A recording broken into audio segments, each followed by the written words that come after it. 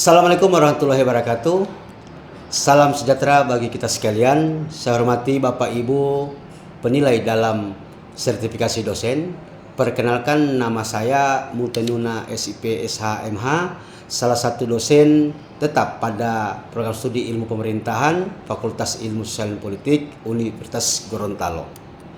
Dalam kesempatan kali ini saya akan menyajikan video pengajaran sebagai salah satu persyaratan dalam pengajuan sertifikasi dosen, yaitu PDD UKTPT atau singkatan dari pernyataan diri dosen dalam unjuk kerja Tridharma Perguruan Tinggi. Ini adalah dokumen yang berisi pernyataan diri seorang dosen tentang kontribusinya dalam pelaksanaan dan pengembangan Tridharma Perguruan Tinggi, yaitu pendidikan, penelitian, dan pengabdian kepada masyarakat. Dokumen ini merupakan bagian penting dari proses pengurusan sertifikasi dosen dan digunakan untuk menilai kinerja dosen itu sendiri. Pada kesempatan kali ini juga ada pun mata kuliah yang akan saya sajikan, yaitu mata kuliah Teknologi Informasi Pemerintahan, di mana mata kuliah ini merupakan mata kuliah wajib pada program studi ilmu pemerintahan Fakultas Ilmu Sosial dan Politik Universitas Gorontalo pada semester genap dengan bobot SKS 3 SKS. Adapun metode pembelajaran yang saya gunakan dalam setiap proses pembelajaran yaitu dengan metode DIA atau singkatan dari Delivery Interaction Assessment, di mana materi atau metode delivery dilakukan untuk mengevaluasi efektivitas penyampaian materi. Kemudian metode interaction dilaksanakan untuk membangun interaksi antara dosen dan mahasiswa, serta metode asesmen yaitu melakukan penilaian atas proses pembelajaran yang dilaksanakan baik online maupun offline. Adapun deskripsi mata kuliah, yaitu di mana mata kuliah ini membahas tentang penerapan dan implikasi teknologi informasi dalam konteks pemerintahan. Mata kuliah ini bertujuan untuk membekali mahasiswa dengan pemahaman tentang kebijakan e-government, elemen keberhasilan implementasi, serta pemanfaatan teknologi untuk meningkatkan efisiensi, efektivitas, dan transparansi pemerintahan. Adapun capaian pembelajaran lulusan atau CPL Prodi yang dibebankan pada mata kuliah ini, yaitu yang pertama adalah menunjukkan sikap bertanggung jawab atas pekerjaan di bidang keahlian secara mandiri. Itu sikap 9. 2. Memahami teknik, prinsip, dan pengetahuan tentang penggunaan teknologi informasi. 3. Mampu menerapkan pemikiran logis, kritis, sistematis, dan inovatif dalam konteks pengembangan atau implementasi ilmu pengetahuan dan teknologi yang memperhatikan dan menerapkan nilai humaniora yang sesuai dengan bidang keahliannya. 4. Mampu menunjukkan kinerja mandiri, bermutu, dan terukur. 5. Mampu mengkaji implikasi pengembangan atau implementasi ilmu pengetahuan teknologi yang memperhatikan dan menerapkan nilai humaniora sesuai dengan keahliannya berdasarkan kaidah, tata cara, dan etika ilmiah dalam rangka menghasilkan solusi, gagasan, desain, atau kritik seni. 6. Mampu mengambil keputusan secara tepat dan konteks penyelesaian masalah di bidang keahliannya berdasarkan hasil analisis informasi dan data. 7. Mampu melakukan proses evaluasi diri terhadap kelompok kerja yang berada di bawah tanggung jawabnya dan mampu mengelola pembelajaran secara mandiri. Dan ke-8, mampu menggunakan ilmu pengetahuan dan teknologi dalam menyelesaikan masalah. Adapun CPMK atau capaian pembelajaran mata kuliah ini, yaitu yang pertama adalah memahami konsep dasar teknologi informasi dan komunikasi dalam konteks pemerintahan. 2. Memahami konsep e-government dan perkembangannya. 3. Menganalisis kebijakan teknologi informasi dan pemerintahan. 4. Menerapkan teknologi informasi untuk meningkatkan pelayanan publik. 5. Mengembangkan solusi berbasis IT untuk permasalahan pemerintahan. 6. Memahami konsep GoTech dan peranannya dalam pelayanan publik. 7. Mampu berpikir kritis dan analitis dalam konteks teknologi informasi pemerintahan. 8. Mampu berkomunikasi secara efektif tentang teknologi informasi pemerintahan.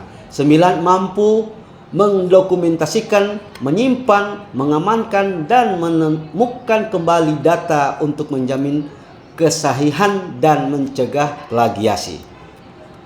Adapun sub CPMK pada mata kuliah ini yaitu 1. Mahasiswa mengetahui dan mampu menjelaskan tentang sejarah perkembangan teknologi. 2. Mahasiswa mengetahui dan mampu menjelaskan tentang perkembangan teknologi masa prasejarah, masa pasca prasejarah, masa sejarah, dan masa pasca sejarah. 3. Mahasiswa mampu menjelaskan dan menganalisis tentang perkembangan teknologi masa modern sampai sekarang. Selanjutnya, mahasiswa mampu menjelaskan dan menganalisis tentang sejarah perkembangan teknologi informasi pemerintahan. 5. Mahasiswa mampu menjelaskan dan menganalisis tentang era perkembangan teknologi. 6.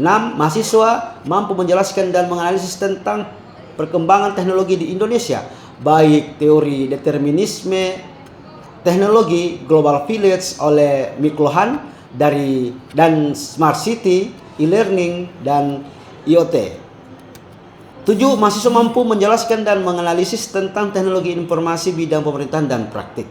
8. Mahasiswa mampu menjelaskan dan menganalisis tentang teknologi informasi bidang administrasi pemerintahan dan praktik. 9. Mahasiswa mampu menjelaskan dan menganalisis peran teknologi informasi pemerintahan dan praktik. 10. Mahasiswa mampu menjelaskan dan mempraktekkan tentang sistem informasi pemerintahan berbasis elektronik. 11. Mahasiswa mampu menjelaskan dan menganalisis tugas presentasi tentang sistem pemerintahan berbasis elektronik.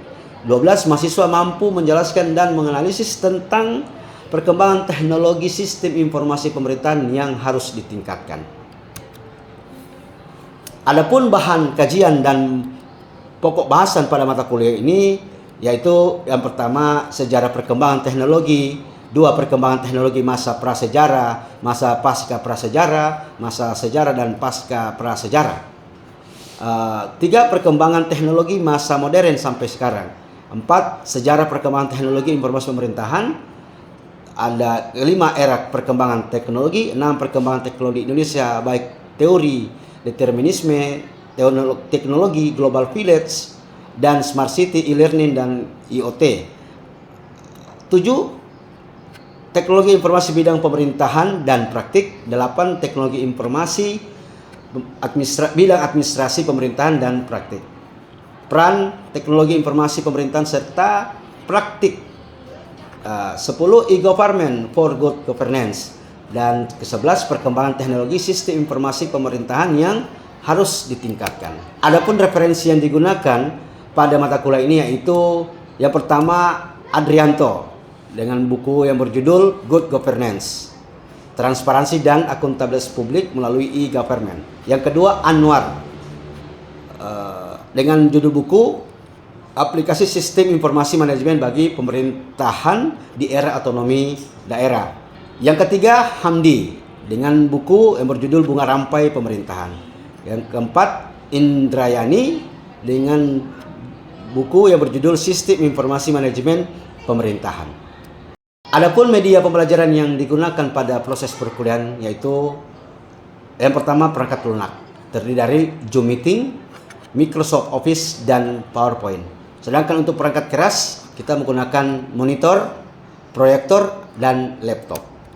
Adapun aspek penilaian yang dilakukan yaitu ada 4 aspek. Yang pertama kehadiran itu 10%, tugas individu atau kelompok 20%, ujian tengah semester 30%, ujian akhir semester 40%. Sedangkan bentuk pembelajaran yang dilakukan yaitu yang pertama presentasi materi dalam bentuk ceramah, yang kedua diskusi, tanya jawab terkait isi materi antara mahasiswa dan dosen dan antara mahasiswa dan mahasiswa. Yang ketiga adalah tugas individu, itu dalam bentuk kuis, studi kasus atau praktik mata kuliah dengan estimasi waktu atau menit pembelajaran. Yang pertama adalah tetap muka 50 menit, belajar terstruktur 60 menit dan belajar mandiri 60 menit. Terima kasih, itulah penjelasan singkat tentang mata kuliah, dan selanjutnya mari kita saksikan bersama contoh video pembelajaran secara tatap muka baik offline maupun online di dalam kelas. Assalamualaikum warahmatullahi wabarakatuh. Waalaikumsalam warahmatullahi wabarakatuh. Selamat pagi. Pagi. Ya, salam sejahtera bagi kita sekalian. Hormati teman-teman mahasiswa. Alhamdulillah kita masih diberi kekuatan kesempatan pada hari ini untuk melanjutkan perkuliahan dengan materi selanjutnya, ini teknologi informasi bidang pemerintahan. Tapi sebelum kita memulai perkuliahan, alangkah baiknya kita berdoa terlebih dahulu berdasarkan agama dan keyakinan kita masing-masing. Berdoa, mulai.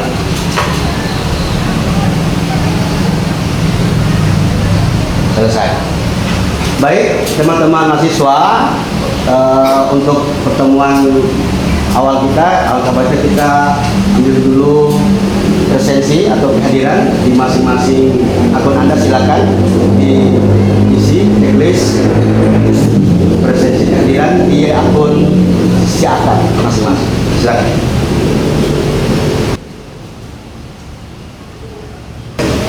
Jadi kita lihat bersama teman-teman sekalian, ini teknologi informasi bidang pemerintahan.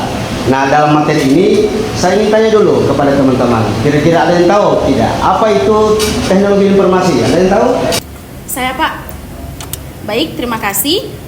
Teknologi informasi merupakan bidang yang berkaitan dengan penggunaan komputer, perangkat lunak, jaringan, dan infrastruktur telekomunikasi untuk memproses, menyimpan, dan mengelola data ataupun informasi. Baik, Pak, terima kasih. Baik, ya, terima kasih atas jawabannya. Ya, kembali saya akan jelaskan apa itu teknologi informasi. Dalam era digital saat ini, teknologi informasi telah menjadi fondasi utama dalam mengubah cara pemerintah beroperasi, berinteraksi dengan warganya. Dalam layanan publik, penerapan teknologi informasi dalam pemerintah dikenal sebagai e-government, telah mengubah landscape administratif dan memberikan berbagai manfaat bagi masyarakat. Kira-kira ada tahu apa itu e-government? Silakan. Oke. Sistem informasi pemerintahan yang berbasis digital. Ya, ada siapa lagi? Saya, Pak. Pemerintahan yang menggunakan sistem elektronik. Oke, terima kasih atas jawabannya. Jadi, e-government adalah secara umum dapat didefinisikan sebagai penggunaan teknologi informasi. Tentunya informasi digital untuk mentransformasikan kegiatan-kegiatan pemerintah yang bertujuan untuk meningkatkan efektivitas, efisiensi, dan penyampaian layanan. Oleh karena itu, dalam hal mempelajari e-government, kita setidaknya akan mengetahui lebih banyak lagi bagaimana sistem informasi yang berorientasi kepada penggunaan teknologi dan jaringan internet, maupun bagaimana cara menyambung hubungan dengan antara pemerintah dengan masyarakat. Baik teman-teman sekalian, kita lanjut pada materi teknologi ini. Selanjutnya, tujuan e-government. Tujuan e-government itu ada beberapa poin, ya.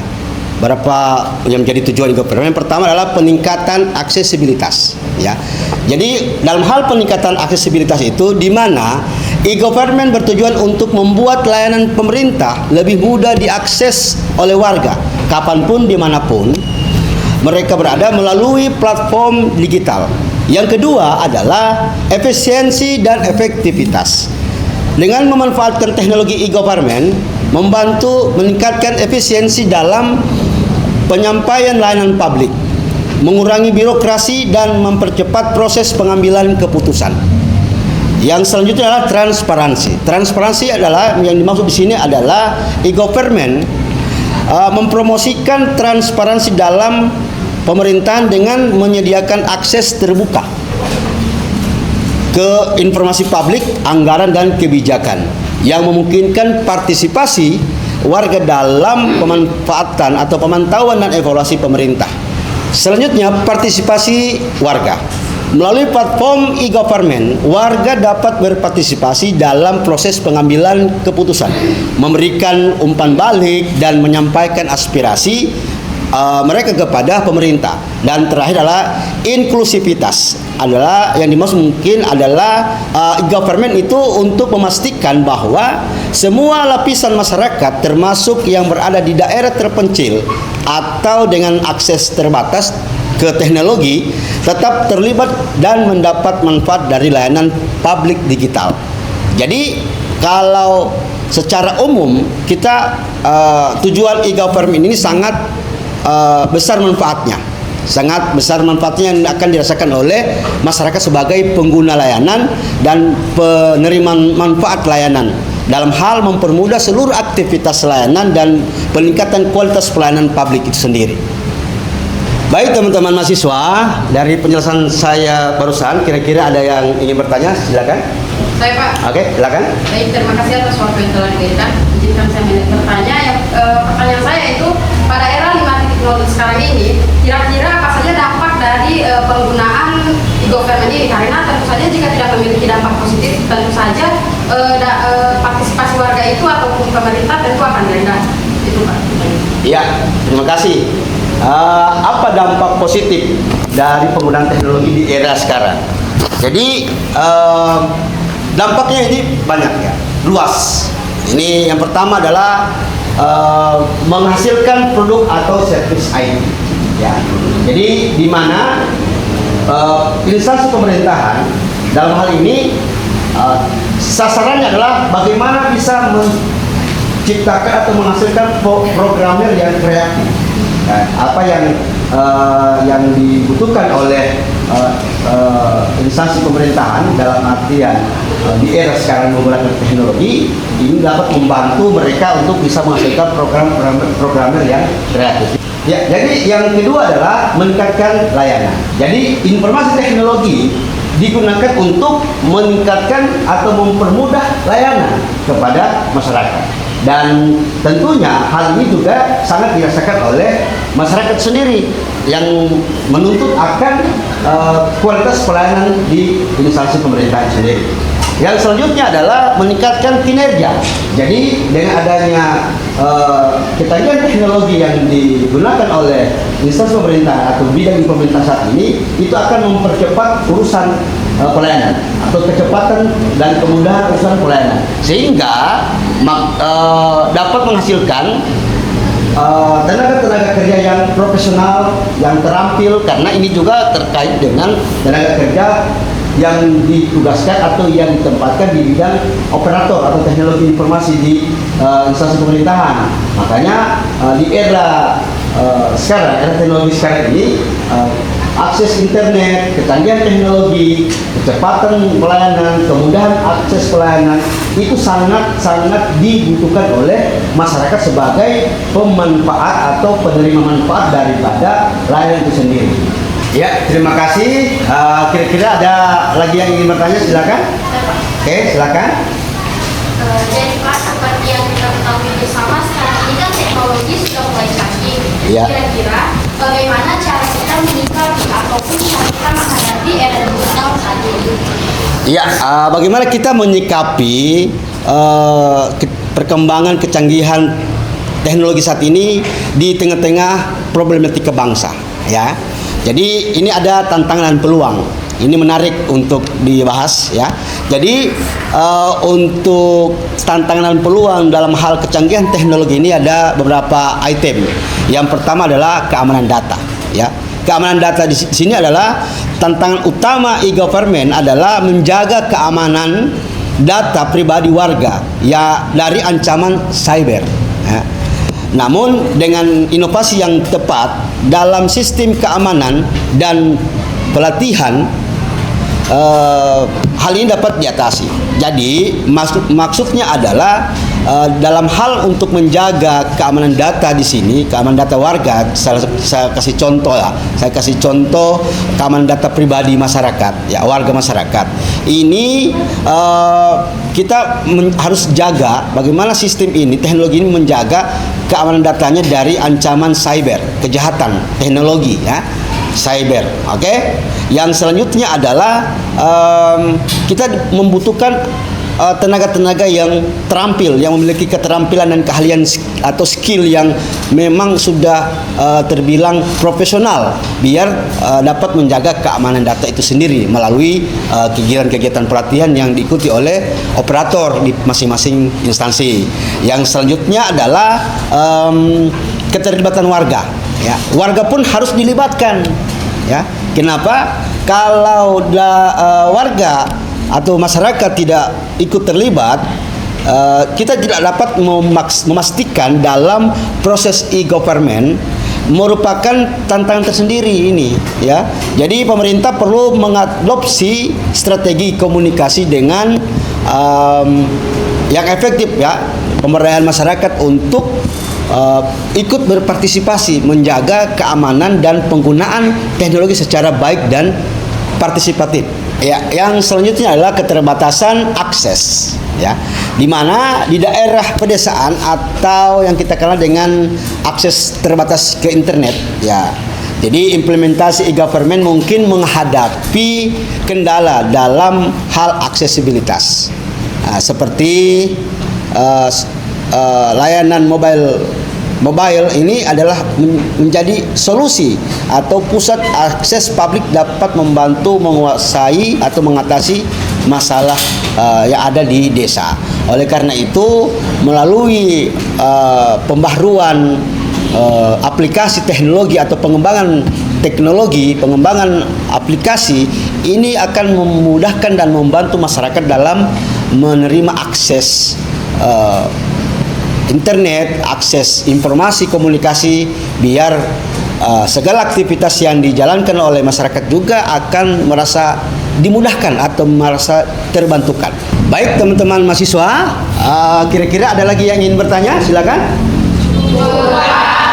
Baik, kalau tidak ada lagi yang ingin bertanya, saya rasa sudah paham ya semua? Kalau semua sudah paham, berarti kita akan selesaikan pertemuan kita pada hari ini dan kita akan lanjutkan kembali pada pertemuan minggu depan. Dan saya ucapkan terima kasih kepada teman-teman mahasiswa. Ya, assalamualaikum warahmatullahi wabarakatuh.